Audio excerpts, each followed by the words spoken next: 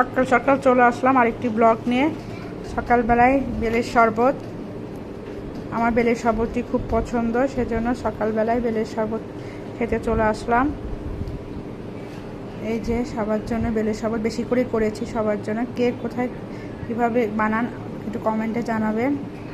সকালবেলায় বেলের শরবত, সকালে নাকি বাসি পেটে বেলের শরবত খেলে পেট ভালো থাকে এবং মানুষের স্বাস্থ্য ভালো থাকে, এজন্য খেতে আসলাম।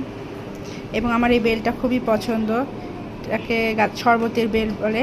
কে কোথায় কী নামে বলেন একটু জানাবেন। এই বেলটা সকালবেলায় আসছি বেলের শরবত নিয়ে। আমাদের বাসার সবারই পছন্দ, বাট আমার বাচ্চারা খায় না, বাট আমরা বড়রা সবাই খায়। এই বেলের শরবতটা সবারই পছন্দ। এই দেখেন আমরা সবাই খাবো এখন। অনেকে ছেঁকে খেতে পছন্দ করে, বাট আমি এটা ছেঁকে খেতে তেমন একটা পছন্দ করি না। আমার মতে বেলের যে ইগুলো আছে, লাম্পসগুলো খেলে শরীরের জন্য খুব উপকার, সেজন্য আমি বেলের শরবতগুলো ছেঁকে খাওয়া পছন্দ করি না। আর একটু বেঁচে রয়েছে, সেগুলো আমি এর মধ্যে ঢেলে দিলাম। একদম পরিমাণ মতো হয়েছে, 3 কাপ বানিয়েছি, 3 কাপই হয়েছে।